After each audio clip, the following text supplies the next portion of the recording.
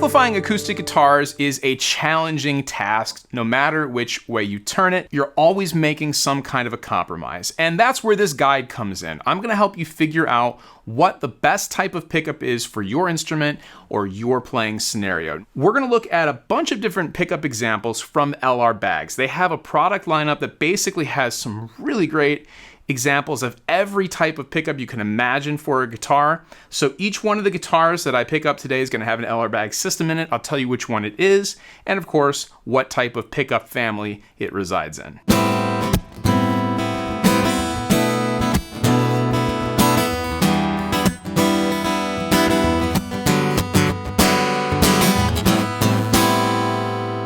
First up, we've got Undersaddle pickups. Now, these are probably the most common pickups you're going to find in acoustic guitars. If you go and pick one up off the wall at your local guitar shop, and it's an acoustic electric guitar, more than likely what you're dealing with is an Undersaddle pickup. And I say dealing with because there's a lot of people who critique Undersaddle pickups. But if I'm being honest, I'm kind of an Undersaddle player myself, and here's the thing about Undersaddle pickups. They don't necessarily sound like a natural acoustic guitar. In fact, many of these pickup options don't, but what they do is provide a very controllable, feedback-resistant, detailed, punchy sound that you can add effects to or EQ and compress it into being a very pleasing and usable tone, albeit not necessarily a natural acoustic sound. Now, the pickup in this guitar is an LR Bags Element Undersaddle pickup. They do things a little bit differently with the Element, and it's actually laid underneath the bridge saddle here, between the bridge and the saddle.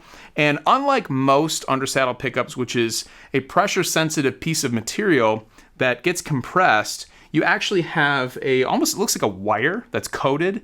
It's not a wire, but it looks like a wire. And it is more suitable for picking up vibrations from the top of the guitar rather than just this channel right underneath the strings. So with the Element, it's kind of like the best of the Undersaddle world, which I know many of you probably are not big fans of. But again, I think there's a time and a place for an Undersaddle pickup. It is the most common. It's the most easy for a sound engineer to deal with. And it's also really great for a loud stage. So if you're playing with a band and you want to be able to hear what you're doing and not deal with too many feedback issues, an Undersaddle pickup might be the best choice for you. One other note about Undersaddle pickups, and you can put this in the con category, is that you definitely don't want to try to install one of these yourself if you don't already have one in the guitar that you purchased. It involves drilling holes, or a hole, in the bridge of your guitar, and if you're not an experienced luthier or guitar tech, trust me, I would tell you, don't try it. Get a professional, make sure the pickup is seated in there properly, and you're going to get the best sound out of it as well as not damage your guitar unnecessarily.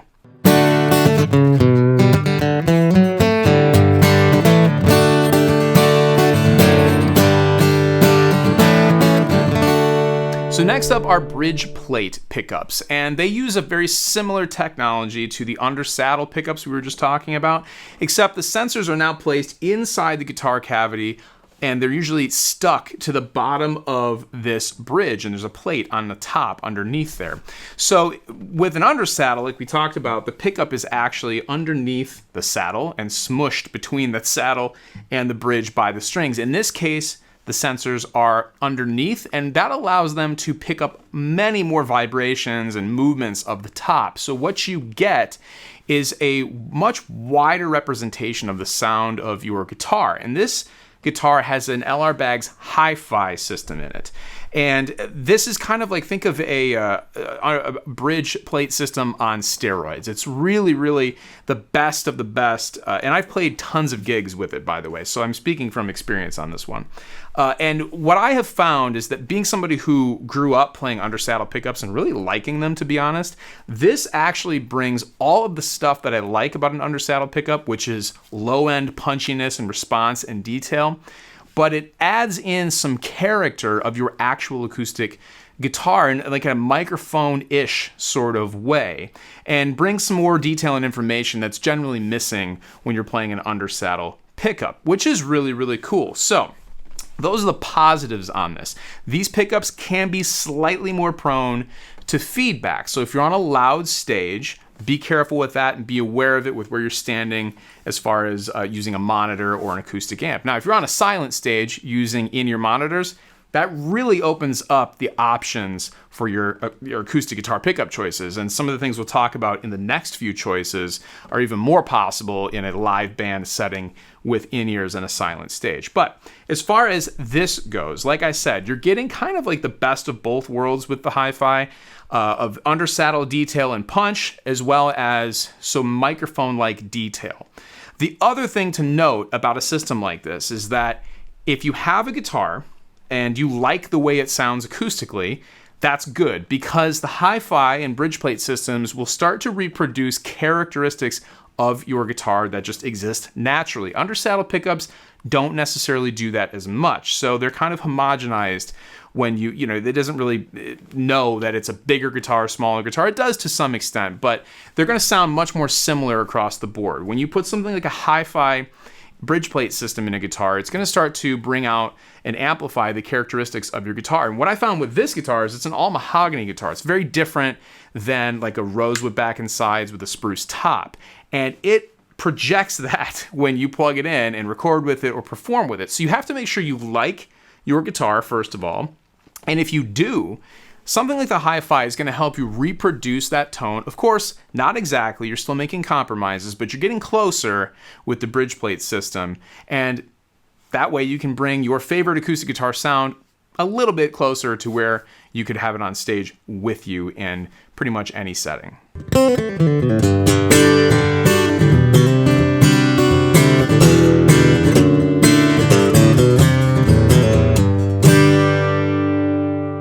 So first up in the combo system category, we have something that builds on what we just talked about with the hi-fi bridge plate system. This guitar has a hi-fi bridge plate, but it also has what's called the silo microphone, and that encompasses the hi-fi duet system. So what you're getting now is that bridge plate plus a microphone. And the cool thing about this is that you actually have a mix wheel here. So you have your typical volume control, which does exactly what you think it would do. But on the mix wheel, you can actually select between almost all microphone or almost all pickup, which allows you to really be kind of a chameleon and adapt to whatever performing scenario or recording scenario you might be in.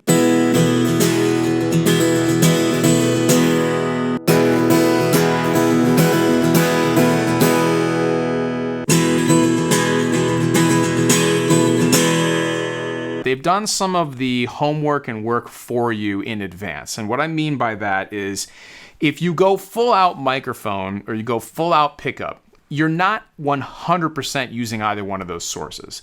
But what you are doing is using the best part of the frequency spectrum of each one of them. When you're at 50-50, which is what you heard on the intro here, obviously that's exactly what it is. You've just got 50% pickup, 50% microphone. But if you go full out microphone, you still have the benefits on the low end of this pickup, because microphones, especially when they're mounted inside of the guitar body, don't necessarily do a great job at punchy detail low end. So what they do is they have a crossover, and it allows you to still maintain the high quality, desirable qualities of a pickup, in this case, the bridge plate pickup, while still getting all the benefits of that microphone. And then it works in the inverse as well. If you go full out pickup on this, you're almost all pickup, but you retain some of that high-end sparkle that comes from having a microphone in your guitar. Now again, these combo systems gives you kind of the best of both worlds. And the other cool thing about this particular one is that it's non-destructive. We talked about with the Undersaddle pickups, having to drill a hole for the pickup to come through the bridge, which is standard practice, just kind of the way it is. But if you're got a guitar, like a guitar like this, for example, that you don't want to be drilling holes in the front of your guitar, the hi-fi doesn't require holes to be drilled, and most bridge plate pickups don't, because they're contact pickups. They are actually stuck to the inside of your guitar. And the microphone itself is also non-destructively mounted with adhesive on the inside of your guitar. Obviously, you do need an end pin jack, but most guitars come with those drilled anyways in preparation for something like this. So that's the other cool thing. Now, while you don't have to drill a bunch of holes, I would still strongly recommend, if you don't have a system like this in your guitar, have a professional install it, because it does matter where you place things like bridge plate sensors and pickups and microphones inside of the guitar. You want to make sure they're in the right spot, or else you won't get the optimal sound out of them.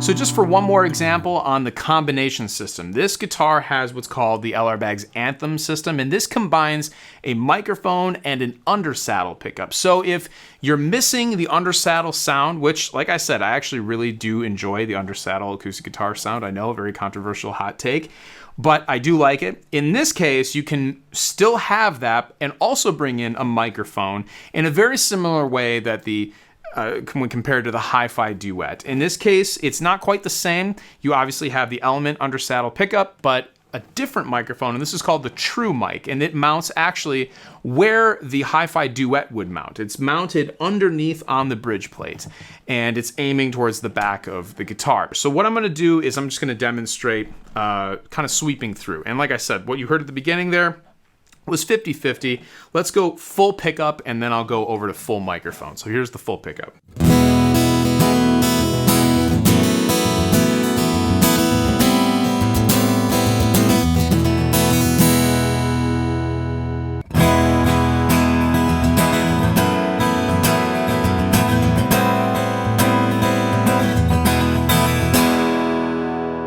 And for good measure, here's 50-50.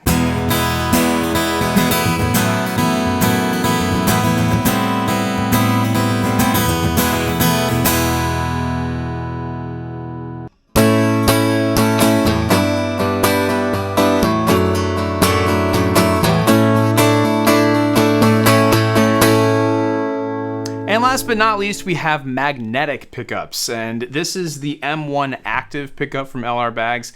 And magnetic pickups, like you might expect, use a very similar concept to electric guitar pickups, where you have a magnet and a coil of wire wrapped around it to produce the sound of your guitar. So obviously, when you hear these, they do have a little bit more of an electric kind of component to them, but they still sound acoustic. For a variety of reasons. And in this case, this has two coils in it. One is a hum canceling coil, but that other coil, the way it moves and reacts, actually picks up, maybe you can hear it, more of the top of the guitar vibrating, which brings some more of that acoustic character into your sound. There's a couple things to note about these pickups, though. Obviously, they're very different. They sit right here in the sound hole, which, if it's not your look, then obviously it's going to be a drawback. But the positive side of that is that it's a non-destructive install. I actually put this one in myself. I don't have it in this guitar normally. As you can see, you do have the option for this external cable if you don't want to wire it up to an end pin jack. There's already a pickup in this guitar, so I couldn't do that. But for purposes of this demonstration, this cable worked really well. Probably not something you want to do if it's a giggable guitar. It's going to be very cumbersome, and you probably run into it a little bit. But certainly a positive in that you can install these without modifying your guitar, which is cool. Something else to be aware of is that, on stage, sometimes you're playing electric guitar, you want it to feed back in a cool way. These can be prone to feedback in the same way. So just be aware of that when you're on stage. But again, as with all these choices, as we play on stages that are quieter and more controlled, or if you're a solo artist, those things aren't necessarily as much of a concern as they could be if you're playing in a really loud, small club or something like that. That's not to say that these don't work well in those loud situations. They do, particularly well for people who are strumming acoustic guitars in big bands like that.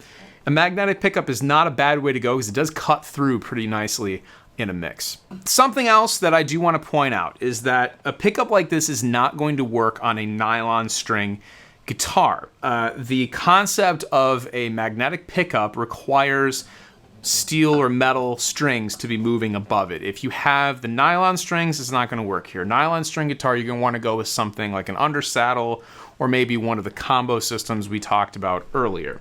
So just bear that in mind. And also, the other pickups that we talked about, I think are really good for basically any style music and any style player. In my opinion, when it comes to magnetic pickups, they really, really lend themselves more to players who are focusing mostly on strumming. If you are someone who's doing some traditional, like real fast flat picking or soloing, you can certainly use a pickup like this, but I think some of the other choices are going to be better for you rather than this. These excel when it comes to just strumming big kind of cowboy chords on an acoustic guitar. So there you have it. Those are the main categories of acoustic guitar pickups. I hope this has been helpful. Remember, jump around in the video, use the chapter markers to kind of reference the different types of pickups, and just do some research and experiment and see what is best for you. Don't let it be a restrictive thing. Look at it as another tonal palette in your playing in addition to your raw acoustic tone. Have some fun. Figure out what's best for you. Write some music, play some music, and I'll see you in the next one.